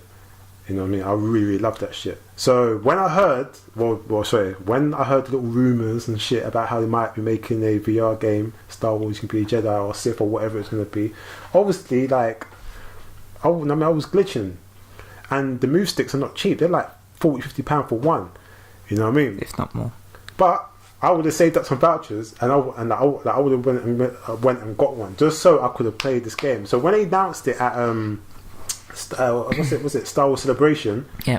I was all sitting there thinking, oh my god, yeah, sick. Then when they said it was only coming out for I think it was the Oculus, I was like, no, I was pissed. I was fucking pissed. The game looked sick. The game looked really good. Wait, did you watch the trailer I sent you? Yes, Jay. Oh yeah. So yeah, man. Oh, know what I mean. So I'm kind of pissed. Like right now, like, you know, I'm pissed off, but I'm happy the game's out for people who's got VR. But for us that don't, if you've got an Oculus and you're getting this game, we really want to know how it is. Yeah. You know what I mean? Because the closest game that we got on VR that's remotely even like that is Beat Saber, and that's like some music shit. Look, I heard the game's good. I never played it, so I can't really cuss it. But I want to be a Jedi or a Sith in some story. And what kills it? Every boy's dream. And what kills it is meant to be like a 3-episode thing. Well. Oh, why is it not on PlayStation VR, man? I don't. Maybe you have to wait for PS5. Oh, that's so annoying. Maybe you have to wait for PlayStation 5 for that. Why PlayStation 5? I don't know. Maybe you need it for the power of the graphics. No, man, no. If they want to improve it. No. Anyway. So I'm fuming. So hold a second. So those out there that's listening, please drop some comments down below. Let me know what you think. If you own a PlayStation VR, please let me know what you think. Are you happy? Are you pissed? Do you think it's going to come to PlayStation VR? And if you've heard anything, please, let me know, because this is one game, one experience that I really want to play. So yeah. But what about Star Wars Jedi Fallen Order? See what I did there? You're funny. I'm easing into my hosting skills. Yeah, I know you're getting better. That's good. It's because there's no one filming me. I'm more comfortable. What's it? I can wriggle and squirm as much as I like without feeling uncomfortable. Was it the thing that's weird about this? Yeah, is that a while ago they actually I can't remember if it was EA or whoever it was, I can't remember what the company was called, but they actually cancelled like a third-person Star Wars game. And I find it funny that they're now, well, not now, but they at Star Wars Celebration they announced this first-person Star Wars game. So like this Star Wars third-person action adventure game. So so you cancelled one just to later on announce one. Maybe it's an improvement. It's so weird. No, but it's not the same people that. It's not the same people that. Because the one that got cancelled, I think the writer, I can't remember her name. But the writer or someone, she wrote for Uncharted. Like she worked for Naughty Dog. I remember that. Yeah, so that's why. I swear her name was like Amy something. Anyway, so so that's why it was a big deal. Because everyone was kind of like looking forward to it, and obviously at the time it was when I think this might have been just before Last Jedi. So everyone was still feeling good about Star Wars with the films and stuff. The Force Awakens, then we had Rogue One, which is, so everyone was still feeling like relatively quite positive and good about Star Wars. But as quick that The Last Jedi went downhill, this game went downhill with it almost. That's what it felt like. So I just thought it was a bit weird. But from what I saw, it actually looks You know what I mean? Like, quite good. You know what I mean? Like, it has intrigued me. Like, I'm interested. I'm gonna keep one of my eyes focused on it. You know what I mean? Opened, focused on that. But yeah, apparently, I think you get to be like a Padawan or something after all the. I mean, like after all. After when? Well, during when the Empire and Darth Vader's like running around trying to like kill all the Jedi's and shit. I think like all the 66 or whatever it is, and he's like in hiding and stuff and not using his abilities because he doesn't want to be, found out. Found out because obviously, I think Jedi's and Padawans and stuff, they've been outlawed now, or whatever. And yeah, they showed like it looked like it was a CG cutscene. Okay. Sorry, not cutscene, a CG trailer, which looked good. So it wasn't in game.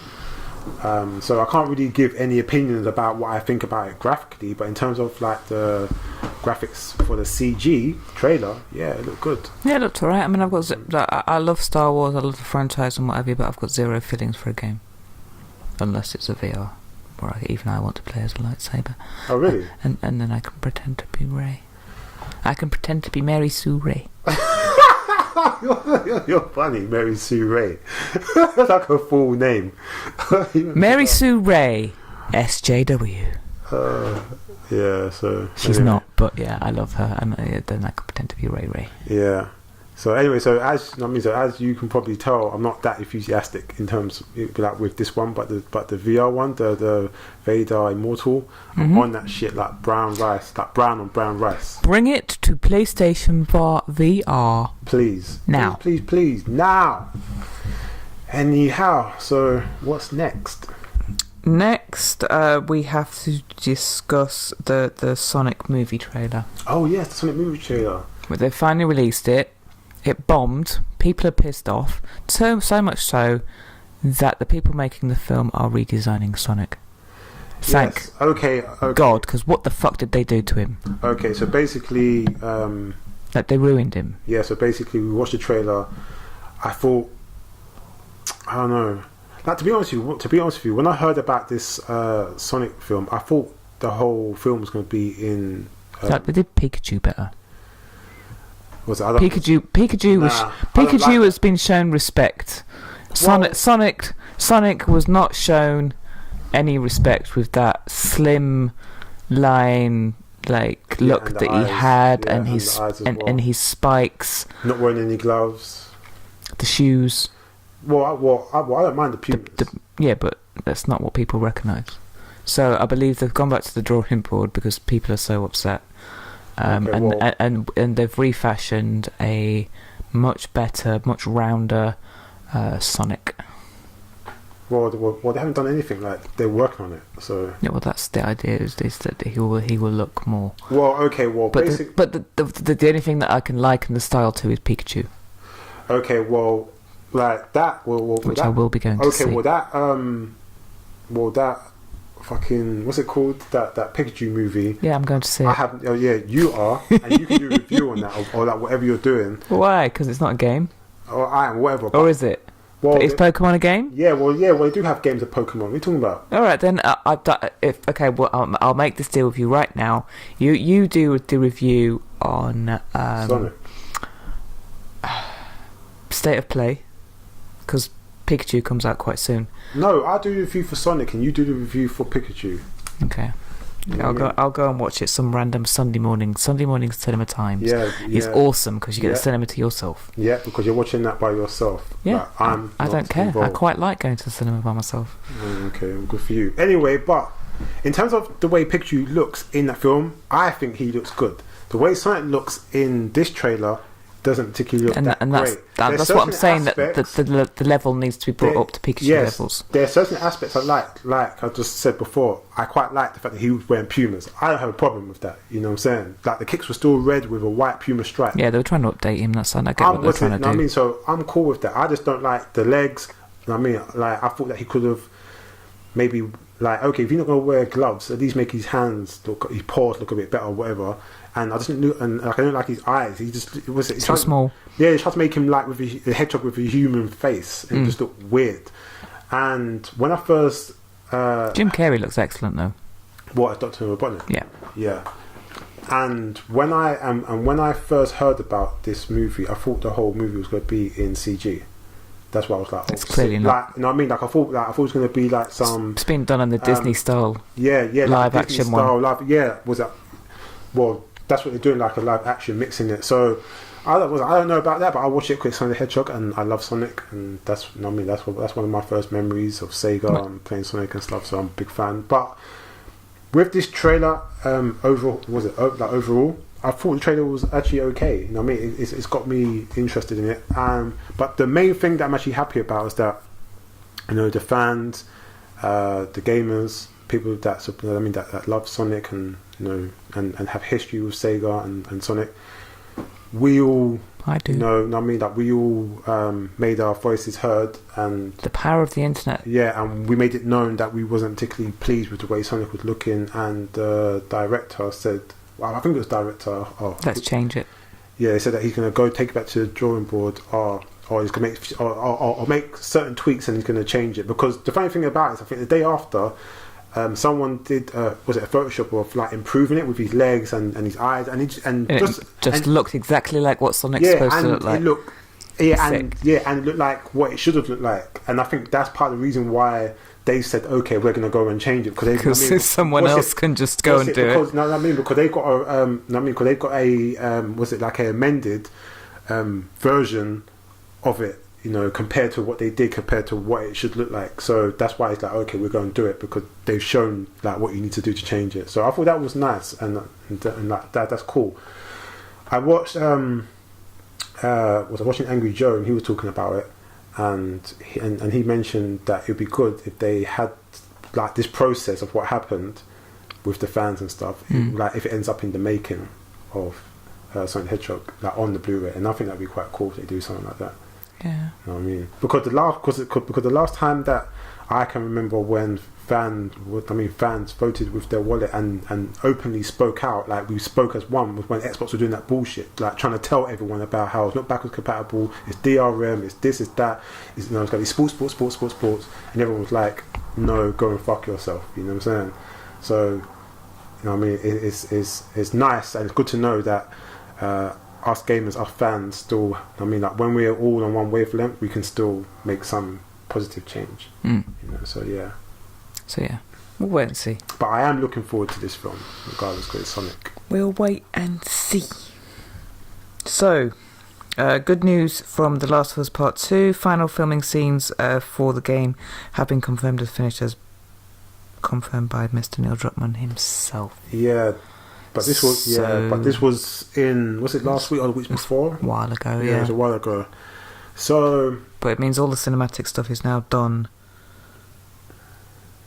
I mean, I don't know what the life cycle of a game process is. I'd really like to know actually how they map it out, the timelines and stuff, that sort of thing. Didn't you watch the really making of the first one? Geeks me out and stuff. Yeah, but they don't really go into the nitty gritty detail that I really want to know.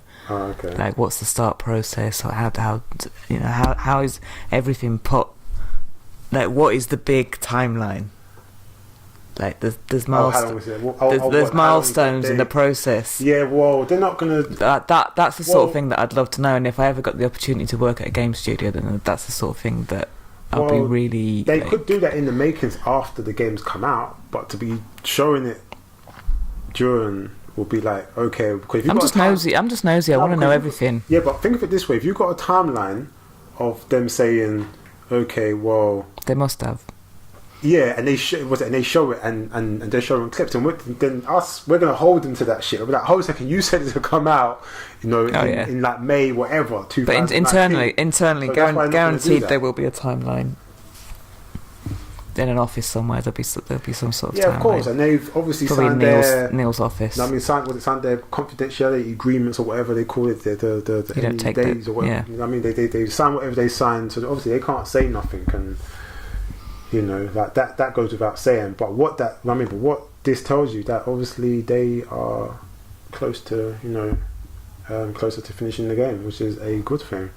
It's been a while since we've had a trailer or any form of announcement. They say that there'll be something just before E3, and E3 is next month, so I think it stands to reason that there'll be some sort of announcement from Naughty Dog this month. on The Last of Us, and I think it will finally be the release date. Just like I think CP Project Red will announce the release at E3. Oh, be a Cyberpunk. Yeah. Oh, do you know what? I can't wait for that game. I think that because they're going to be there and they're making a big deal about the fact that they're going to be there. I think that's the release that they're going to announce. Oh yeah, didn't they say? Yeah, they did. And they've shown clips of like figurines and stuff. What? And the new merch store is now open. What, for Naughty Dog or Cyberpunk? Cyberpunk. Oh really? Yeah. I ain't seen that. You send me the link for that, man. Twitter. Anyway, so Instagram. So yeah, they've released all of their games that the CD Projekt Red do. They've released a new merch store, but there is apparently I haven't. For some reason, I don't know if a lot of people were visiting it or whatever. I haven't had a chance to look at the website properly, but apparently there is Cyberpunk 2077 merch for sale already. What figurines? I don't know about like I said, I couldn't get to the site, so I don't know what the merch is. But I think it's more hoodies and t-shirts and shit. Okay. But the fact that they're releasing merchandise now, before the game's even been that. Yes, it's quite. That could be my Christmas game. Yeah. Cyberpunk, CD Projekt Red, please release a figurine. I think they will. And if you're glitching about what figurine to release, just release the one that you gave to the press when they came to see that 40-minute demo thing or whatever. Like give us that at least, because that looks sick. I'm pretty confident that they will produce a figurine for this game. But in terms of Naughty Dog, there's only 3 things I'm interested in. Wait, 3. Thank God there's no camera because I parked 4 fingers like an idiot. 3 things. 1, the release date. Yeah. 2, I better be able to play as Joel in the game. Like he better be in this game, and I better be able to play with him. You know what I'm saying? At some stage. And 3, you better be releasing a figurine. Like I want that collector's edition. Someone released one of our followers posted a picture of the original one today. Oh no, I was fuming. I was like, no! There's some very lucky souls out there that own those. You don't know how much. Yeah, you probably do know exactly how much what you're sitting on right there. Yeah, at least £1,000, £1,000. If I ever win some serious money, yeah, seriously. At least £1,000. Well, my figurine collection is going to like. Well, like you might not have quadruple. If The Last of Us 2, like it was, if Naughty Dog released another collector's edition. I've already made it 100% clear of the type of figurine that I wish to have from The Last of Us 2. What's that? It's either Ellie on her own, or Ellie and Joel. I don't want anyone else in the picture. Okay. What's that? You're only saying that because the first figurine was Ellie and Joel. Yeah. Joel. I think this one will be just Ellie. You reckon? Yeah. Yeah, if it's just Ellie, then I'm cool with that. But if it's Ellie and with her fancy tattoo and shit. Yeah. See, like the dynamic theme that they released for The Last of Us 2, with where Ellie's coming out of the screen. That figurine, that would be cool. Yeah, that'd be with sick. the gun. Yeah. I think yeah. That would be nice as a figurine. Very nice. Or even about Lara Tomb Raider height. Or how about one where she's sitting down playing the guitar, like from the first teaser trailer, where she's sitting down covered in blood playing the guitar with the tattoo on the arm and blood and guts on the floor. That'd be cool. Yeah, but no lesbian shit. Okay, thank you. Bye bye. Yeah. Anyway, so Naughty Dog, you know what I mean. If you're ever listening to this, then please, please release collector's edition. Please. I think they will. I think they know the desire is there. Yeah, I'm hoping it will. I'm praying. I don't really know much about this last story that we've got. Dead or Alive 6, costing over $1,000 to get all the DLC. What's that all about, Jay? Yeah, so basically I was around Ladry's house maybe like a week ago, or maybe 2 weeks ago. I can't remember now because we haven't recorded anything for a few weeks. And he's got Dead or Alive 6, and he was saying to me, do you know to get everything it's going to cost you like at least £1,000? And I was like, what are you talking about? And he was like, seriously? So he showed me some videos. I was like, what the fuck? That's madness. Yeah, so basically you can buy this game, so like you can buy this game normally for however much it costs, or you could buy it like a digital version, and for you to get all the characters and everything in the game, it actually works up to be about £1,000. That's stupid. And who in their right mind is going to pay that? Well, some people have paid. Some people bought it and actually like spent that much money on it, and they're actually defending it. And I get it. And this is one thing I will say to everybody that's listening, is that I do know that as gamers, or just as people in general, that we kind of have a habit of supporting the things that we spend our money on, and do, because if you spent your money on something, or you've gone and done something and you've been told it's the wrong thing, or you got conned, you're going to feel like a dickhead, and obviously you don't want to feel like an idiot. So no one does. So obviously you get defensive and you start trying to like justify the reason why you spent what you spent or did what you did. So I do get it from that aspect, but I don't know, unless you're rich and you've got that money to spend, then fair enough. Like I won't say anything. like dead or alive, like #1 fan. Yeah, well, you have to be seriously into that game to spend that sort of money, because that's just stupid. If you're 100% dead or alive fan and you've got the money to spare, then get fair a tattoo enough. for that money. Then fair enough. Get a fucking tattoo for that money. Yes, we know. I'm just saying that if that's what they want to do, then fair enough. But to get all the DLC and everything in this game, £1,000, that is ridiculous. Like that is literally like, I don't even know, man. Like this is the kind of figures that I expect online MMOs to be like building up through whatever. However long their game or their thing's gonna be. Like Destiny, it says it's gonna be like a 10-year plan. So I expect them to be rinsing at least £1,000 between 3 games, including everything that they are dishing out in Destiny 1, Destiny 2 and Destiny 3. I kind of expect that figure for a franchise for like that. Not for one, for a fighting game. £1,000, £1,000. Yeah. Gee. Let's not spend any more time talking about that, because it's just chuppedness. Yeah, of course it's chuppedness, but I just want to say that, like, listen, like, gamers out there, please, we work hard for our money, and obviously, just take your time when you spend your money, because you could put your money into better experiences, better games, better things, so, and like I said, if you've got the money and you can afford it, and you're a big fan, then cool, then do that. But for the casual gamers out there, no, I would not. I strongly wouldn't recommend you getting this game, and I strongly wouldn't recommend you being tempted into getting these DLC characters and stages and outfits and whatever they're selling, because it's not worth it. It's not worth it. But if you got the money to burn, then do what you want.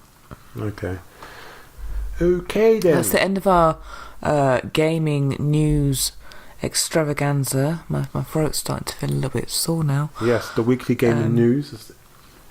So what's next? Next is new for PlayStation Store this week. We've got some new releases for the week ahead. You can take on the 3rd chapter of Life is Strange 2, practice your strategic abilities for the king, or battle friends using magical underpants in brief battles. Whether you're a master technician or an underwear warrior, which sounds awesome, check out the list of highlights below to get started. So yeah, there's For the King, Life is Strange 2, Episode 3. For the King is available on the 7th of May, or was available on the 7th of May. Life is Strange 2 Episode 3 is available tomorrow, the 9th of May.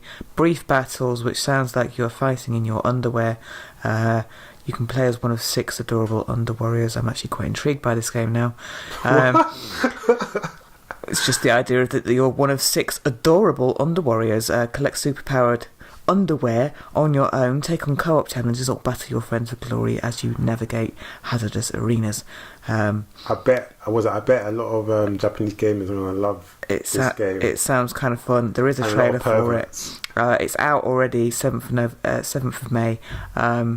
Yes, if any of those games pique your interest and you want to play an Under Warrior, or you want to do Life is Strange, or The King is Dead, which is you must save the realm from impending doom in Iron Oak Games strategic RPG that blends tabletop and roguelike elements. Put together a party, go at it single player or co-op as you work out the perfect plan. Keep your team together for safety, or be brave and split them up to cover more ground. So not quite sure what is going on. Sorry, I'm getting distracted. The comeback is on. Sorry, it's Champions League football tonight. I'm a Tottenham supporter. I'm hoping we were losing on aggregate 3-0. That aggregate has now gone down to 3-2. We still have 60 minutes to play. Sorry, I know that's nothing to do with games. But after Liverpool's showstopper, it looks like we're going to put... No, don't jinx it, Karen. We potentially are going to pull off something similar. And be in a Champions League final for the first time ever, making my flat... Listen, no one cares making my flat at home very tense. Listen, like the listeners don't care about your team, they don't care about Tottenham, and they don't care about football right now. They're here for games. For reference, Jay is a dirty Arsenal fan. Whatever. Anyway, that's what's on new PlayStation Store this week. Hold on. So... I want to be an Under Warrior. What? So undercover pervert? Suits me perfectly. I was actually going to say that, like, don't you have any interest in Life is Strange 2? Because that was like the first game that none at all. No. Okay. I have no desire. No desire. No desire. None. No. Yeah, but you like the first one. Right? No. But did you like the first one? It was a good starting platform, but it's not a franchise that I wish to go back to, because from what I'm seeing, nothing's really improving. What do you mean improving? Well, graphics have stayed the same. Yeah, but and shit like that. Yeah, so I know, but I know it's got its own specific style, but what was it? You don't know because you haven't played it. But when you play a game like Detroit Becomes Human, you can't go back to Life is Strange. I'm sorry. No, wait. I actually played the demo. It's not the same. I played the demo. It's not the same. I don't care. Anyway, the point is that was it because of was it the Life is Strange? Was it the second? Not the second game, but the other game that came out. The other Life is Strange. What was it called? It was like a prequel or something. Yeah. Like, did that ruin it for you? It wasn't very good. Either. Because you actually downloaded it to play it, and this was after you had played after the storm, yeah. Until was it Until Dawn, and you had played certain games like Heavy Rain, Beyond Two Souls. Like, you had played all these games, and you still went and bought that. So this is the reason why I'm saying to you: was it that game that ruined it for you, or is it just something else? It's just dead in the water to me. Okay then. Well, I suppose you should just move on then. Yeah, move on. Like you've moved on from Life is Strange. Yeah. Everything moves on. Nothing stays the same. Yeah. Anyway, okay, so we are on to one of my favourite segments, another one, which is Game Dilly of the Week. And for those out there who listen to us on a frequent basis, you already know. Jay loves it, I hate it. Yeah, because it's all about giving you, the gamers, the casual gamers out there, the best deals that we can possibly find. So that's why I love this segment. Go for it. Obviously you don't, because we don't business.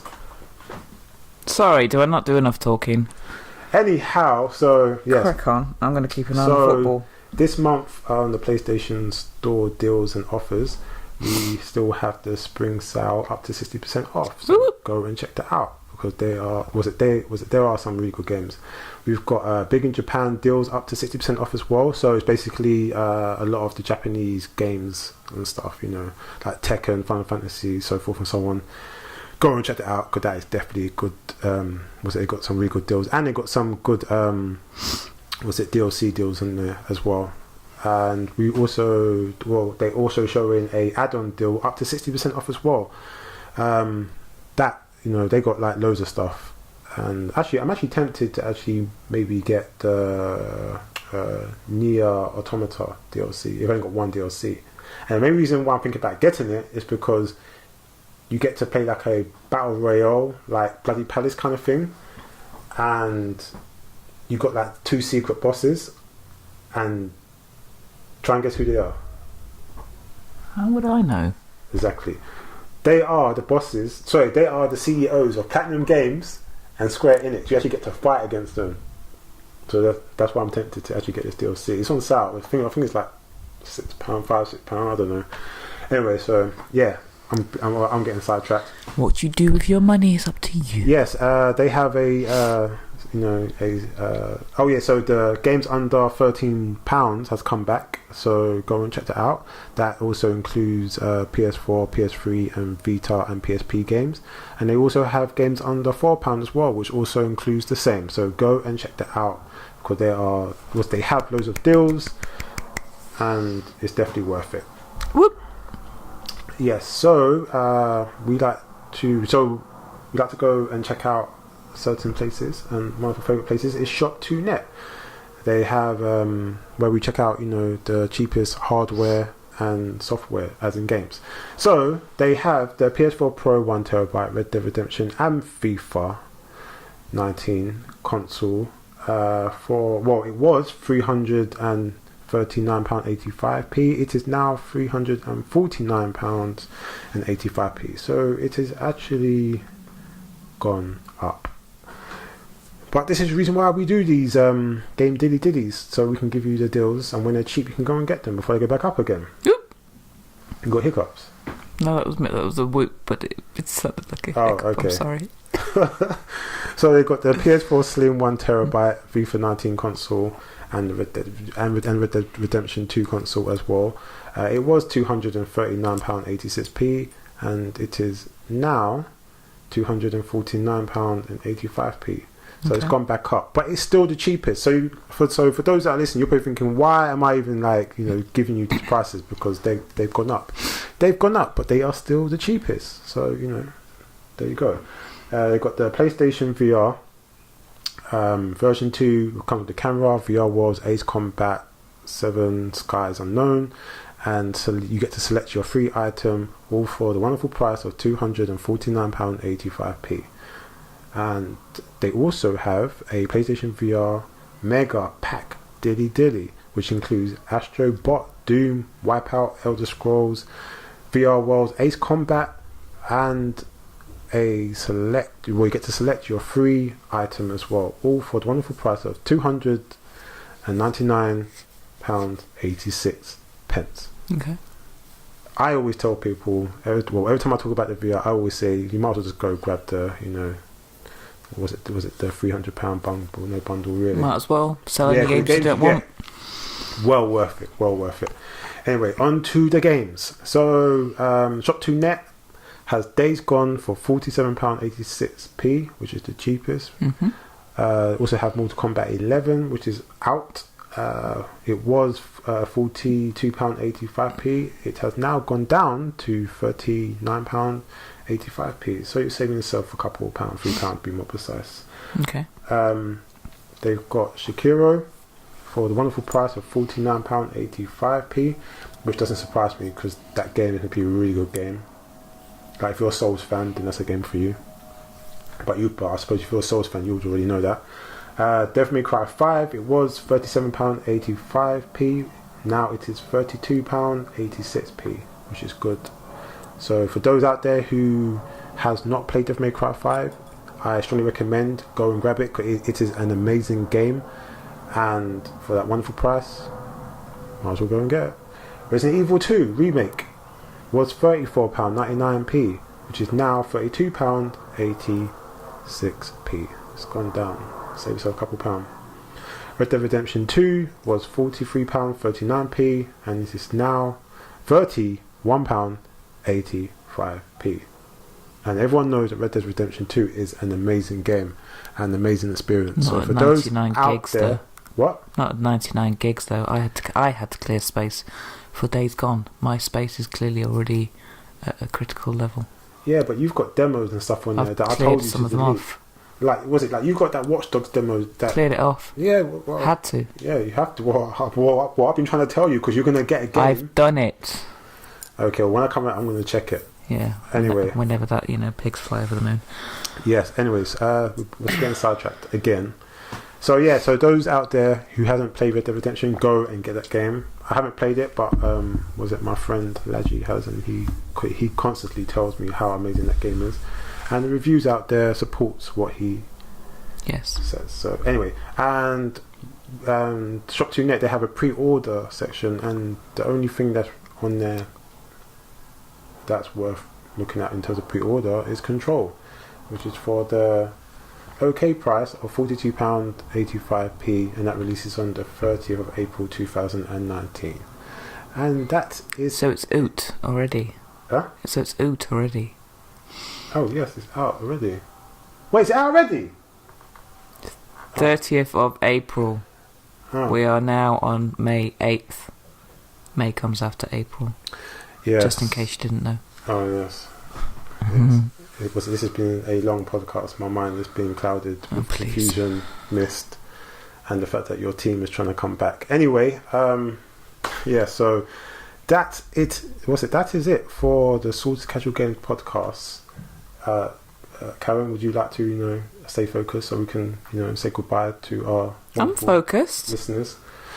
As a woman, I can multitask. Allegedly. Anyway, so I'd like to thank you all for watching and listening to the Sorta Casual Games podcast. They're not watching. Well, on YouTube. No, they're still listening. Okay, but it's just a black screen. No, it's not be a black screen. I'm going to put something on there. Was it a wonderful graphic or something? Yeah, and that's the graphic you need to provide me. Anyway, yes. Anyway, so thank you all for watching and listening to Sorta Casual Games. This is episode 18. My name is Jay, aka MrGhostProtocol. And my name is Karen, aka Freezergirl 77. Yes, thank you for listening, not watching. Don't forget we're also on Twitter and Instagram. All socials. We cover across all boards under Sorta at Sorta or Sorta Stats. So again, we're on Twitter and Instagram under Sorta Casual Games. So go give us a follow, some likes, etc., etc. Also give us a like and a subscribe on this YouTube video. We're also on SoundCloud. Hello, SoundCloud listeners. That's it from me until next week. Goodbye. Yeah, so thank you for listening, and we will speak to you next week. Whoop!